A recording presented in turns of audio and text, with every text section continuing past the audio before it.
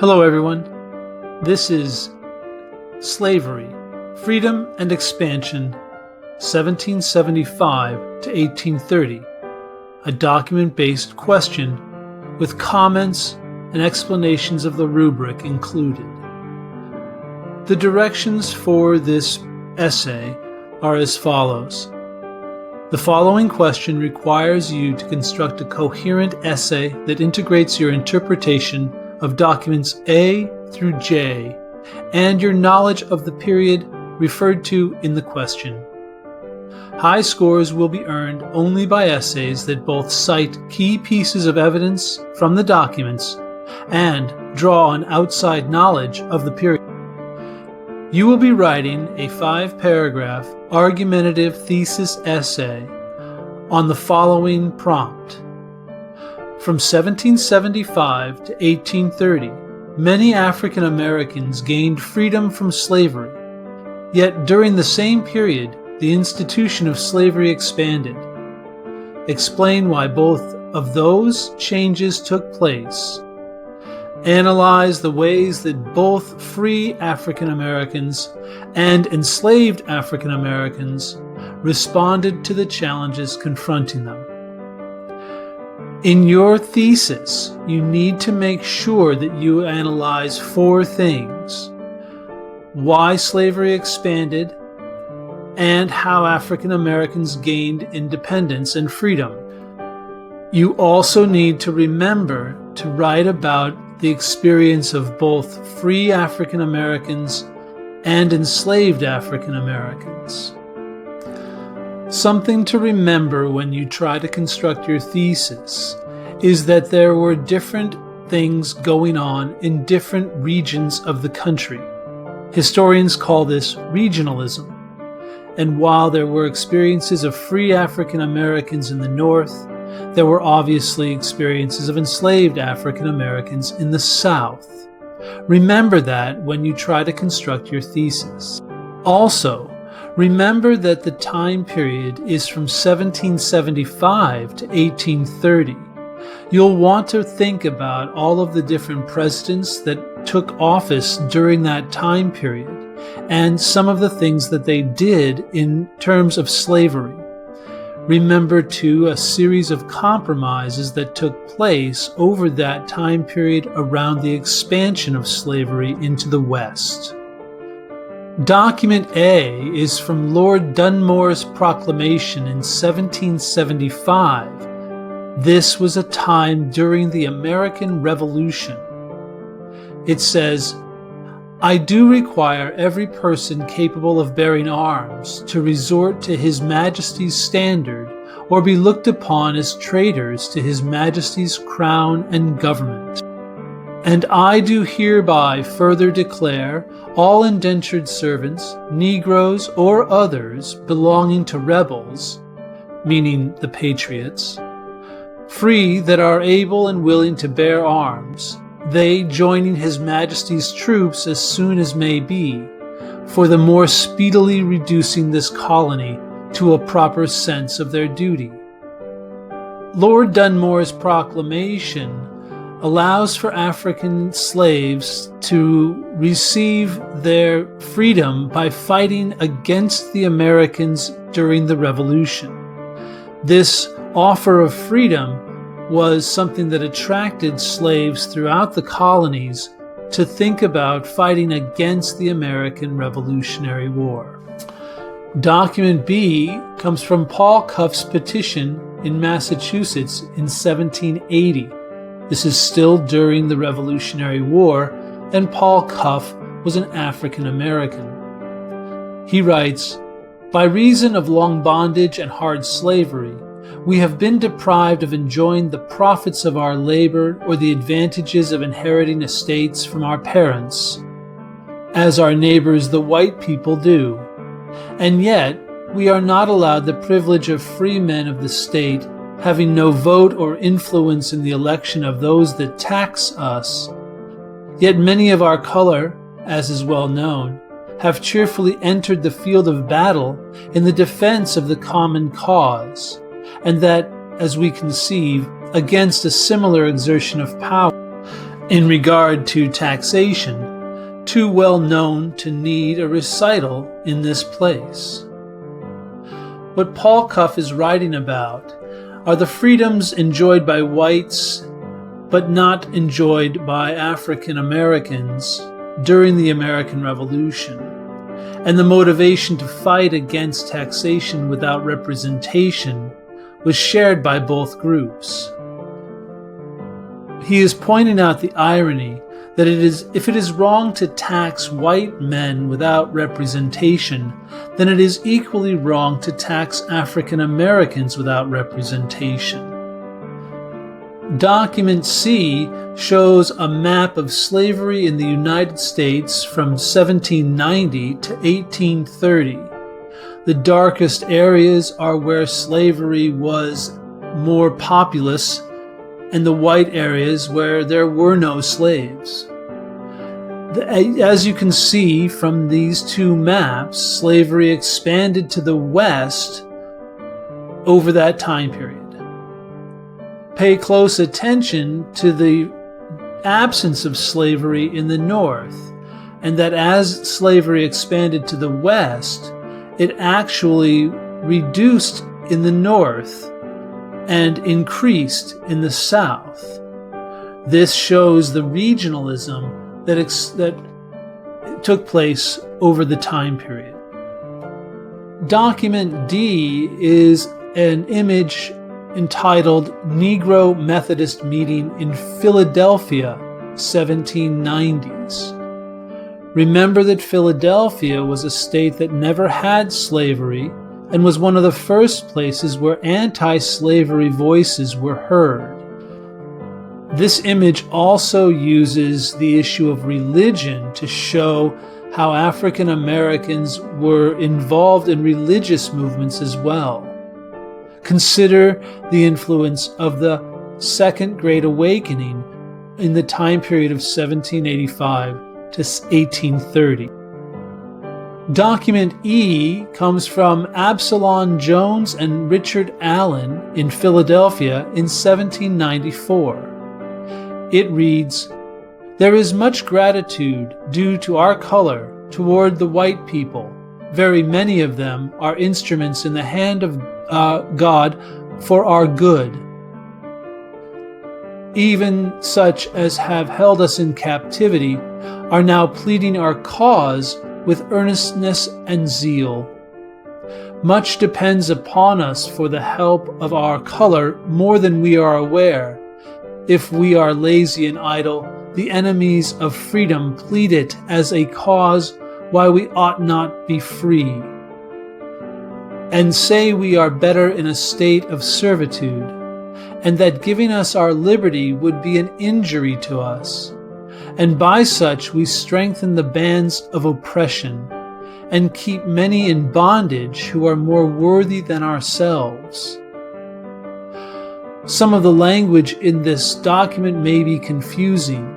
One such word would be zeal in the fourth line. The word zeal means to have energy or action. And in that sentence, it's describing how many white people have worked with energy and sincerity to helping Africans to be liberated from slavery. The document also talks about why African Americans should not be seen as lazy. It encourages African Americans to work hard because of the stereotype that lazy African Americans would be reason for why slavery is needed, and that they were then unable to care for themselves. This influence upon African Americans would be something you might consider in answering the prompt for this essay. Document F comes from Venture Smith's narrative, 1798. It reads, "I asked my master one time if he would consent to have me purchase my freedom. He replied that he would.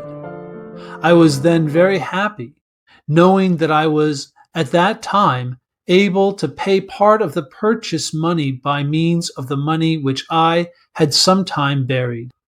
what was wanting in redeeming myself, my master agreed to wait on me for, until I could procure it for him.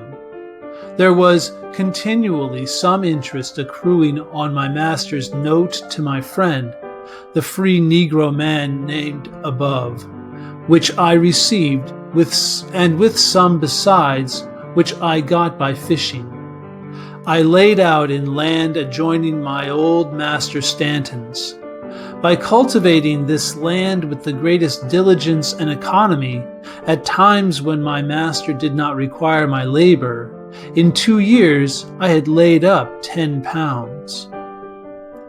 Some of the language in this document may be confusing.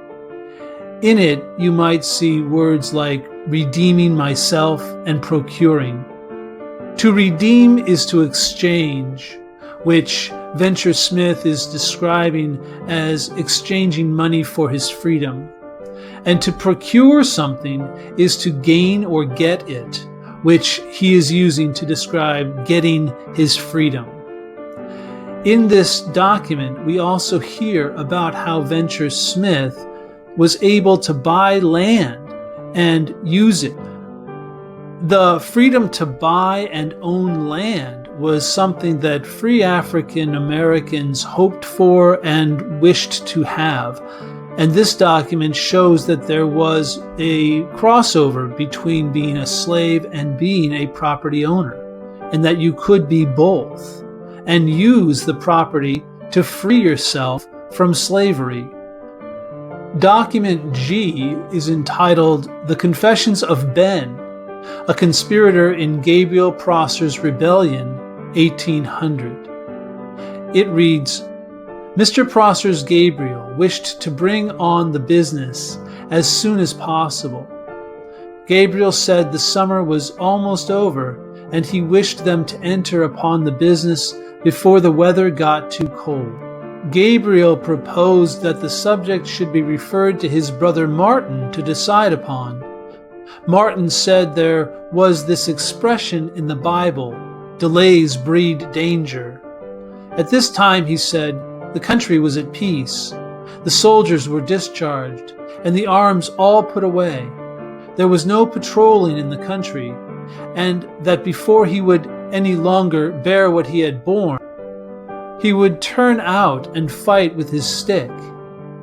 I read in my Bible where God says if we will worship him, we should have peace in all our land. 5 of you shall conquer 100, and 100 1,000 of your enemies. In document G, we can read about how enslaved African Americans revolted against their situation. Gabriel Prosser's rebellion was one of the more famous but frequent rebellions that took place throughout all of American history during slavery. The role of religion is also evident in this document, as the reading of the Bible was something that helped African Americans to see themselves as justified in rising up.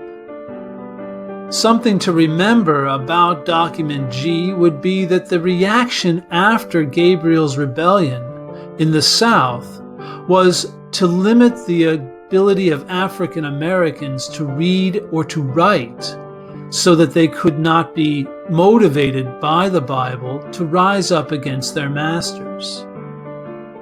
Document H comes from a letter to ministers from the Vermont Colonization Society in 1820. It reads, "The manager of the Vermont Colonization Society proposed to the inhabitants of this state a general contribution of 1 cent only from each of the inhabitants of the state. By promoting this contribution, you will give efficient aid to a society whose benevolent object is, by establishing colonies on the coast of Africa, to open a door for the gradual emancipation of the slaves in our own country, to impose an effectual barrier against the continuance of the slave trade, and ultimately to extend the blessings of civilization and of the Christian religion throughout the vast and hitherto benighted regions of Africa. Document H speaks of efforts by white Americans in the northern part of the country to address the evils of slavery during the Second Great Awakening in 1820. These efforts, often called manumission, but in this case were arguing for a return to Africa for freed slaves, believing that it would benefit them by being outside of white American society, and that it would civilize Africa to send American slaves back. It is important to remember that during this time period, the United States created a country on the west coast of Africa called Liberia. Its capital was named after the President of the United States, James Monroe. The capital is called Monrovia, and Liberia continues to exist today. Document I comes from Prince Hall, an African-American leader in Boston and the founder of the African Masonic movement in 1797. It reads, "Blacks must bear up under the daily insults we meet with in the streets of Boston, much more on public days of recreation. How, at such times, are we shamefully abused, and that to such a degree that we may truly be said to carry our lives in our hands, and the arrows of death are flying about our heads. Helpless women have their clothes torn from their backs, and 20 or 30 swords have fallen upon one man."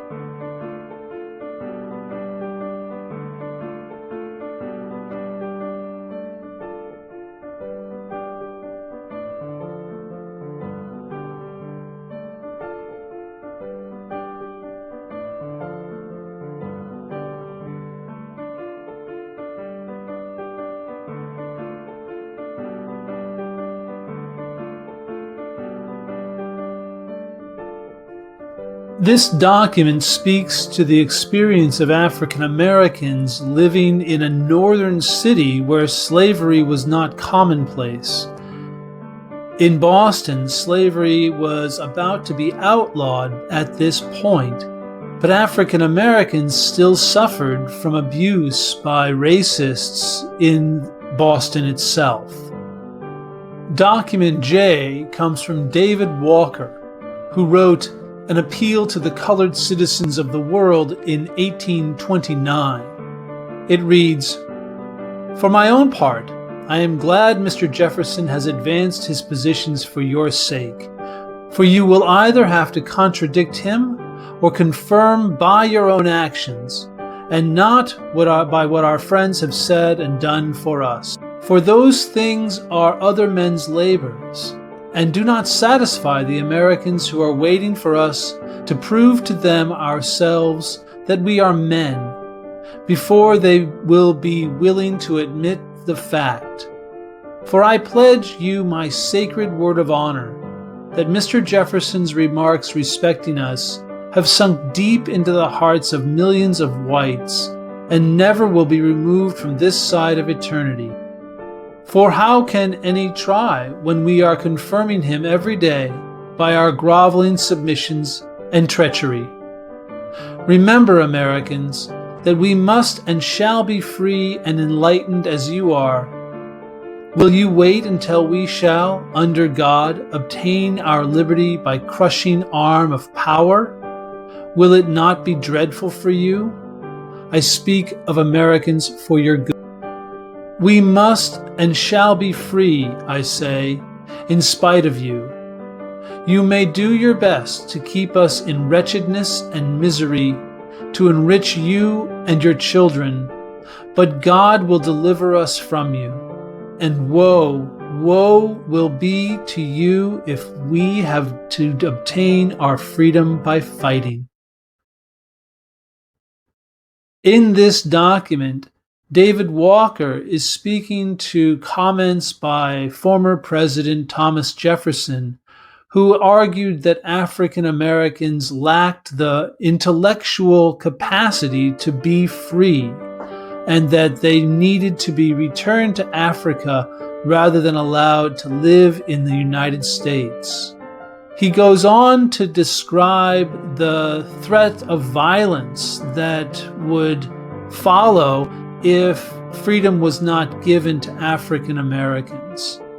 In a sense, what he is referring to is what ultimately came to pass in the form of the Civil War.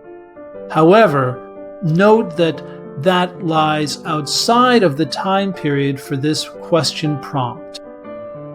In addition to the documents, I want to take a moment to describe for you some of the elements of the rubric that will be used to grade this essay.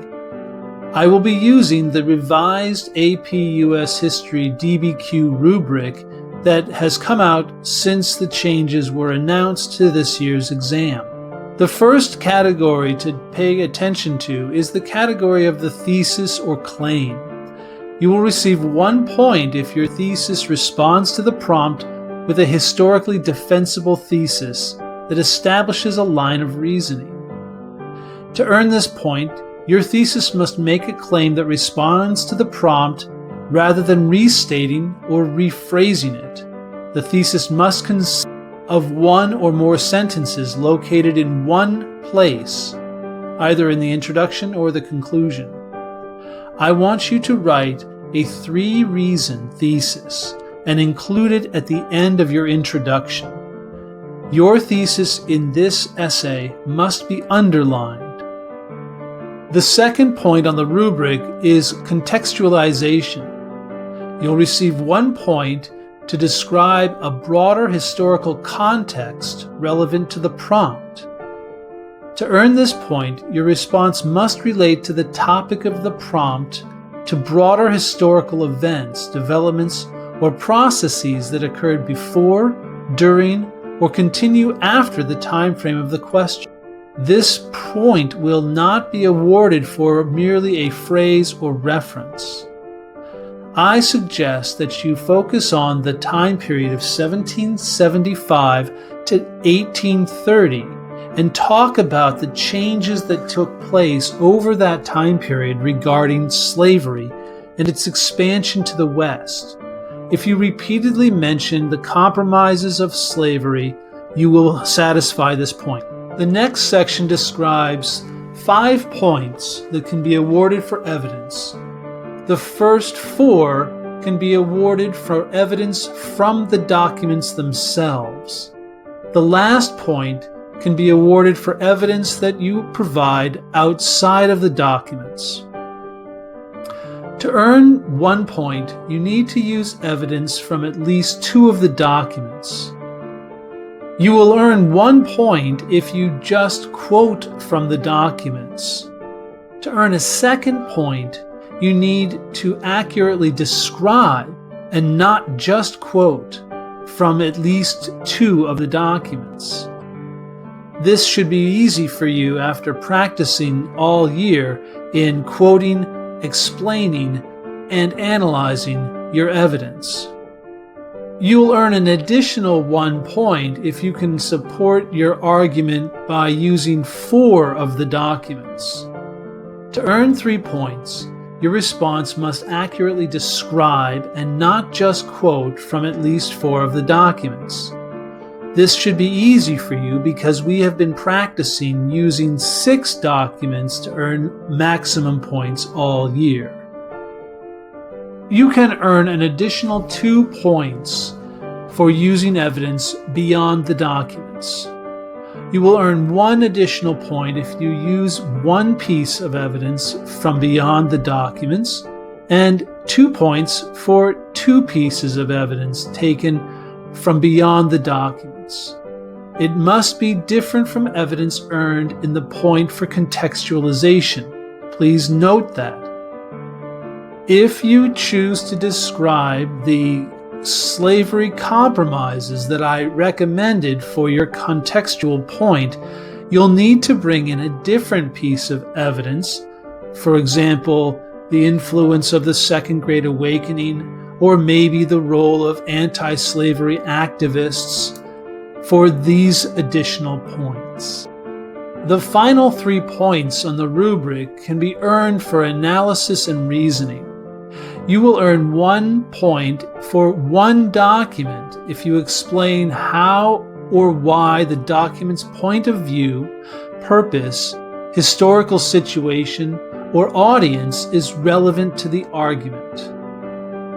A second point can be earned if you make the same comments about a different document, explaining how or why its point of view, purpose, historical situation, or audience is relevant to that argument. To earn this point, your response must explain how or why, rather than simply identifying the document's point of view, purpose, historical situation, or audience.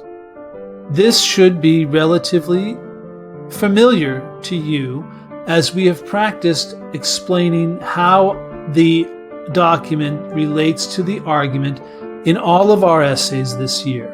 Make sure each one of your body paragraph ends with analysis of how the evidence proves your thesis. If you do that for all 3 paragraphs, you will earn both of these points. The third and final point for analysis can be earned if you demonstrate a complex understanding of the historical development that is the focus of this prompt. Using evidence to corroborate, qualify, or modify your argument to the question. While this may sound confusing, it is something we have practiced all year. Your response may demonstrate a complex understanding in a variety of ways. For example, explaining the nuance of an issue by understanding and analyzing multiple variables. This could be done by explaining the different experiences of freed African Americans in the North as opposed to African Americans enslaved in the South. You might also explain similarities and differences, or explain both continuity and change, explaining multiple causes, or explaining cause and effect. As this essay talks about changes over time from 1775 to 1830, you might want to focus on continuity and change. But it also talks about different experiences. In that sense, you might want to talk about the different experiences of freed African Americans in the North and enslaved African Americans in the South. You can also earn this point by explaining relevant or insightful connections within and across periods. For example, you might want to talk about the different experiences that African Americans had before and after they earned their freedom. You could even bring in discussions about the Underground Railroad, which tried to bring African Americans out of slavery in the South to freedom in Canada. You can also earn this point by confirming the validity of an argument by corroborating multiple perspectives across themes. If you're going to make an argument about the experience of African American slaves, for example, you could quote from multiple documents in one paragraph. Feel free to use more than one piece of evidence in each of your body paragraphs, even though only one piece of evidence is required.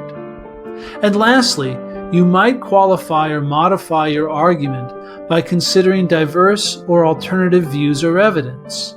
For example, the views of Northern whites versus Southern whites.